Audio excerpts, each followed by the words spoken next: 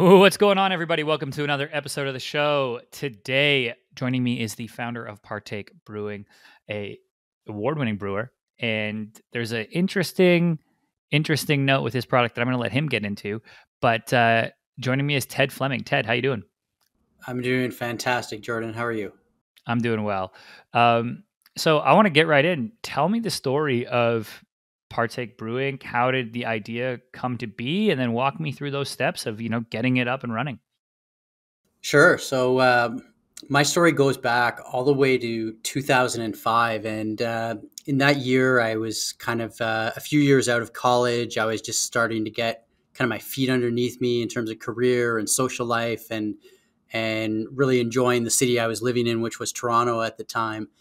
And I went in for what I thought was just, your routine medical appointment, a little checkup, check all the boxes and move on. Right. And unfortunately in that appointment, I was told that it looked like I had Crohn's disease, and that ended up being true.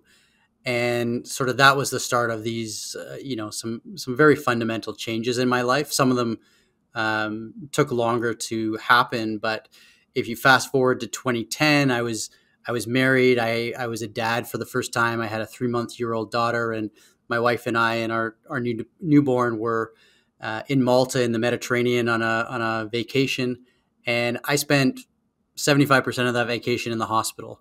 And it was sort of, in that hospital room, I had a lot of time to be there by myself and to reflect. And I basically made the decision, okay, this is not the way I want things to be, and started to make a mental inventory of the things I was going to do when I got back that were going to sort of change the trajectory I was on.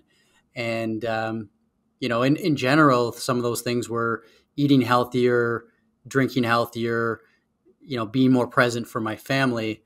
And eventually one of the more specific things was a decision to give up alcohol. And sort of that was sort of kind of the start of the seed that grew into Partake Brewing. It's interesting, right? When you get those aha moments and it's the culmination of a ton of events that then end up hitting you. Could be out on a hike or in a hospital bed and just says, okay, I'm going to make this change right now. Partake Brewing is a non-alcoholic beer. And talk to me about, you start the company and now you're approaching restaurants and bars, and you're, trying to get it on shelves or in fridges, so to speak. What was that process like, with approaching them and just pitching and saying like, hey, there's people who need this, and we make a kick-ass product? Yeah, I'll go back a little bit, as early days as just purely a consumer without a commercial interest in non-alcoholic beer. And I'd go out with a lot of my friends, and the craft beer movement was really exciting at the time. Lots of new breweries, lots of new products, different varieties, and I'd go out with them and say, hey, I'm on this path to not drinking. It's important to me. But hey, are there other options out there? Is there a non-alcoholic beer that I could have? And in a lot of the circumstances, there wasn't. They didn't even carry anything. And in the cases there were, it was a really lackluster product. It didn't have great taste. The variety in the category, everything was a lager. So it was very tough to stay true to the goal that I had set for myself in that environment. And that's sort of another sort of thing that just kind of pushed me along to create Partake Brewing. And then, once I got into the business myself and trying to make things better for people like me, I think my personal story and my own journey was very helpful. And a lot of people, they'll listen to that and they'll say, yeah, you know what, we carry gluten-free beer like this, this makes sense. It makes sense to be inclusive and understand, there's a broader customer base out there. So generally speaking, it was a positive experience, but we're still at the early stages of bringing the mass market to having non-alcoholic beer. But it's exciting, and it gives me a sense of purpose. It's interesting, right? A lot of times, some people who come on this show, products are really birthed out of people solving their own frustration. And it's saying like, you go to sit down at a bar, you want your friends are there, you want to have a non-alcoholic beer, but it's the same crap that's been there for 20 years. That's just like, and you're like, okay, there's no depth, there's no taste. We can do this better, and you can solve that problem. And then I think so. One, it's amazing to see that in action, right? Instead of taking it from, oh, I wish there was a product, to be like, oh, I'll be the one who solves this problem, not only for myself, but then in so you end up solving that problem, and really giving people another option in the beverage industry, or when they're looking for a beverage, that is powerful. I think that's so cool. And then two, that's something that I find very interesting just with North American culture versus, I lived in Germany for a time, and it's very normal to have a non-alcoholic beer there from a local brewer. They'll make a non-alcoholic version. Yeah, it's your lunch. You don't want to have a buzz going, so you get the non-alcoholic, and it tastes great.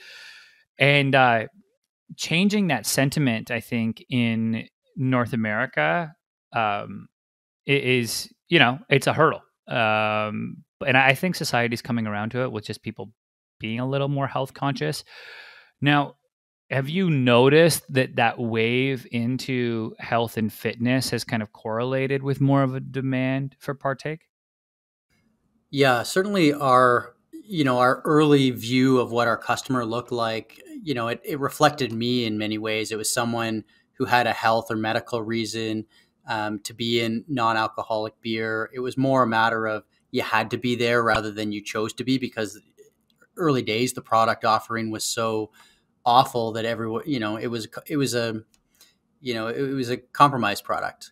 And today, you've got brewers like us, Partake, that make a variety of great tasting non-alcoholic beer. We've won the World Beer Award for the best tasting non-alcoholic beer in the world. We're made with all natural ingredients. We have a very clean ingredient deck, and our beers are as low as 10 calories per can. So there really is a strong health and wellness component to what we're bringing to the table, and that's resonating with a lot of consumers. And I think, as you say, the health and wellness trend, people are looking at their relationship with alcohol in a new way. They realize there's a time and a place for it, but there's also a time and a place to socialize in a healthier way, and we make it easy for people to do that. Yeah, it's one of those things where, like, I think this is only going to get bigger and bigger because, like myself, I love beer. I love the taste of beer, and I don't want to have a sugary soda at the bar if I'm out and not feeling like drinking, right? And it's also, if it's a Tuesday night, I don't necessarily want to have, 2 or 3 alcoholic drinks, because it's going to mess up my sleep, it's going to mess up everything, and I'm super conscious of all of that, how it fits into health. So I think that's only going to continue to explode as you see the movement towards natural foods and just a more health conscious population as a whole. Now, in terms of distribution, right? And there's one avenue, getting product on shelves at bars. Now, obviously, the last year, I don't remember last time I was in a bar. Let's put it that way, with COVID. Now, one of the advantages that I think you have, and correct me if I'm wrong, is you can ship direct to consumer with it being non-alcoholic, right? So talk to me about that segment. Has that been something that you all leaned into a ton throughout COVID? Yeah, we even, going back to our earliest days, we launched on Kickstarter in early 2017. We started our business as exclusively a direct to consumer business, probably the first beer company ever to start as a D2C. So, that's kind of in our DNA. And we'd been focusing, I have to be honest, a bit more on, growing our traditional distribution into bricks and mortar retailers prior to COVID, but we did have a strong audience in our online store. And that's one of the things we did really well off the hop, was we really cultivated a feeling of community around what we were doing, because we were essentially first to market with a better version of non-alcoholic beer, a healthier, tastier version, and a lot of people appreciated, us taking the risk to make their lives better. So, yeah, online sales have been very strong for us. It allows us to reach a whole bunch of areas in the US and in Canada that don't have great retail distribution for us yet. That's coming. but it's a great way to to support our business, and it's for any other CPG entrepreneurs out there. I'm sure you know this already, but it's a great way to start and to test and to launch new products. So it's a great tool that we have today that entrepreneurs 10 or 15 years ago didn't have.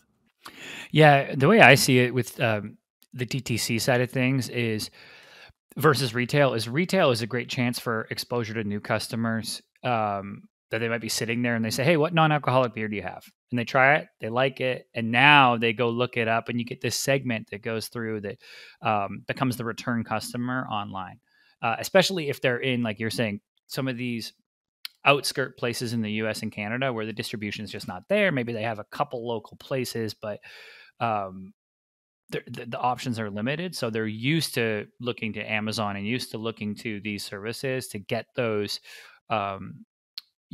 more unique products, so to speak. So I think that's exciting, man. Now looking forward, coming out of COVID, what is next for Partake? Do you guys, yeah, like where do you see or where do you want to take the brand? Yeah, we're just starting to, I think really get off the ground in the US. We've signed up a whole bunch of distribution that's just starting to get some traction now.